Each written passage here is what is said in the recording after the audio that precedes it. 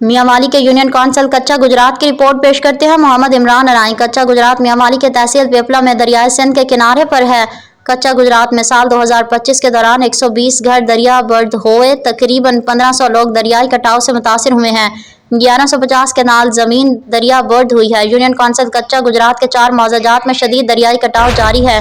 शदीद दरियाई कटाव मौजा बम्ब और मौजा मेले वाली में हुआ। तकरीबन 100 घर दरिया बर्द हुए। 1000 केनाल जमीन दरिया बर्द हुई। मेले वाली और मौजा बम्ब में नज़ीद 250 घर दरिया के दहाने पर मौजूद हैं। अगर कोई हिफाजती इंतजामात ना किए गए तो ये घर भी दरिया बर्द हो सकते हैं।